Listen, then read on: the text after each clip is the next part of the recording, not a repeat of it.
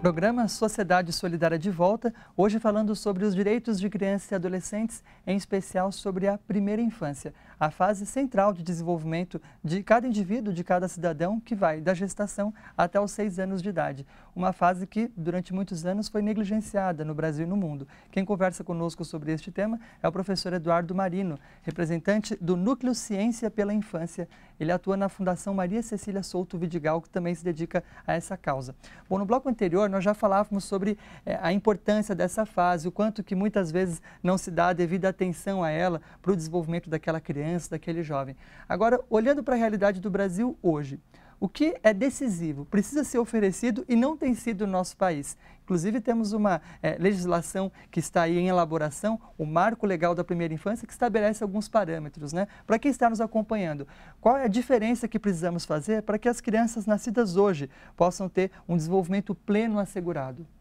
Então, a principal missão do Núcleo Ciência pela Infância é a tradução e síntese do conhecimento científico para os gestores públicos e para a sociedade em geral.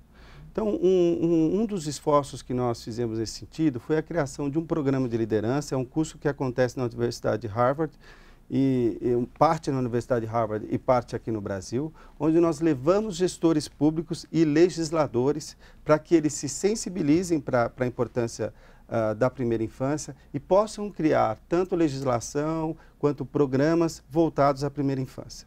E nós já obtivemos um bom resultado nesse sentido, que foi um grupo de deputados que participou de 3 edições desse programa. Esse grupo criou uma comissão especial no parlamento e desenvolveu um novo marco legal da primeira infância. Esse marco legal foi aprovado e segue agora para o Senado. Alguns exemplos do que esse marco legal prevê é a questão da liberação do pai para acompanhar algumas consultas de pré-natal da gestante e também para que ele tenha um tempo maior de licença após o nascimento do filho. É fundamental para a gestante e para a mãe se sentir acompanhada e que esse pai participe tanto da gestação quanto das questões do desenvolvimento dessa criança. Agora, pensando um pouco na realidade cotidiana das pessoas, para além do trabalho tão importante dos legisladores, gestores públicos, o pai que está nos acompanhando, o educador, a pessoa que no dia a dia é responsável pelos cuidados com uma criança nessa fase, quais seriam as recomendações do senhor como especialista para que nós possamos cumprir o nosso papel, a nossa responsabilidade diante dessas novas gerações? Sim, nós fizemos uma pesquisa nacional há cerca de 2 anos com o IBOP no Brasil todo, e descobrimos que o brasileiro acredita que a criança começa a aprender após os 6 meses do nascimento. Ou seja, 53% dos brasileiros acreditam que a criança só aprende a aprender a partir dessa idade. E boa parte da população acredita que a criança começa a aprender quando ela entra na creche ou um pouquinho antes, quando ela começa a falar, né? E o que se sabe é que esse aprendizado já acontece muito antes.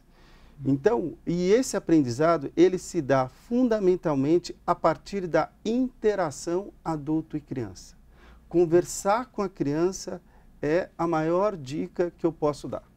Brincar com a criança, cantar para a criança, ler para a criança é fundamental. Um outro dado importante dessa pesquisa que nos preocupou é que muitos pais de crianças até 3 anos já deixam essa criança boa parte do tempo em frente à televisão.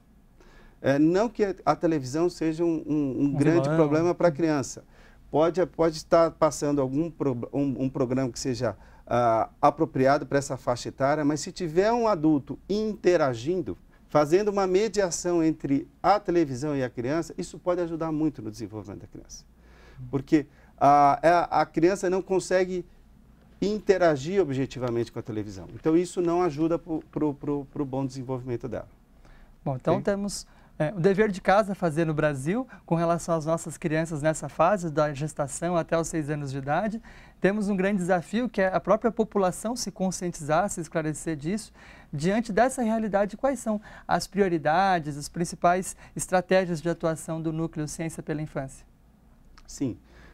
Para o ano de 2015, nós estamos expandindo esse programa de liderança, estamos lançando uma turma para esse programa de lideranças em parceria com a Universidade de Harvard e o INSPER, que é uma faculdade aqui de São Paulo. Teremos no segundo semestre uma outra turma lá na Universidade de Harvard. Teremos também, nesse ano, um grande simpósio para profissionais que acontece no segundo semestre. Então, esse é um momento de disseminação desses conhecimentos para os profissionais que atuam na área de educação infantil, na área de saúde, na área da assistência social. E, além disso, continuaremos no nosso trabalho de produção de vídeos e de produtos que possam disseminar esse conhecimento para a sociedade como um todo. Quem está nos acompanhando quer saber mais sobre o tema, ter acesso a materiais de referência, de apoio sobre o assunto, como pode fazer? Olha, a minha sugestão é que procurem o site da Fundação Maria Cecília Souto Vidigal, fmcsv.org.br. Lá vocês encontrarão um link para o Núcleo Ciência para a Infância. Temos lá a nossa central de conhecimento onde são encontradas publicações. Temos também um canal do YouTube com vários vídeos interessantes. Professor Eduardo, agradecemos em nome da Legião da Boa Vontade a sua presença aqui hoje, falando sobre esse tema tão importante. Me chamava a atenção quando perguntava, então, sobre o papel dos cidadãos diante das crianças que estão nessa fase crucial para o seu desenvolvimento, e o senhor ressaltava a importância da interação, do diálogo, que o adulto converse com a criança já vai fazer toda a diferença, mesmo que seja uma experiência simples, como assistir a um programa de TV. E por isso, para finalizar o programa de hoje, nós trazemos um chamado justamente a esse nosso papel, o nosso papel como cidadão com as crianças que estão à nossa volta, para as quais muitas vezes não damos também a devida atenção. O criador do programa Sociedade Solidária, o educador Paiva Neto, em seu livro É Urgente Reeducar, afirma o seguinte na página 158. A escola é imprescindível, mas não substitui o lar. O Estado e a sociedade têm de, unidos, gerir soluções para que as famílias criem e eduquem dignamente os seus filhos. E é essa a nossa tarefa, criar condições para que os filhos de todas as famílias do nosso país possam ter as condições de que precisam, adequadas, para se desenvolverem plenamente. Com essa mensagem, nós finalizamos o programa de hoje, agradecendo mais uma vez em nome da Legião da Boa Vontade, que desenvolve há décadas um importante trabalho voltado à primeira infância no Brasil. Agradecemos ao nosso convidado, seja sempre muito bem-vindo a esta casa. Eu que agradeço. Muito obrigado. O programa Sociedade Solidária conversou hoje com o professor Eduardo Marino. Ele coordena o Núcleo Ciência pela Infância. E esse tema, os direitos da criança, a importância da proteção da primeira infância no Brasil é muito amplo. Nós voltaremos a falar sobre ele aqui em futuras edições. A você, o nosso muito obrigado por ter estado conosco hoje e até o próximo Sociedade Solidária.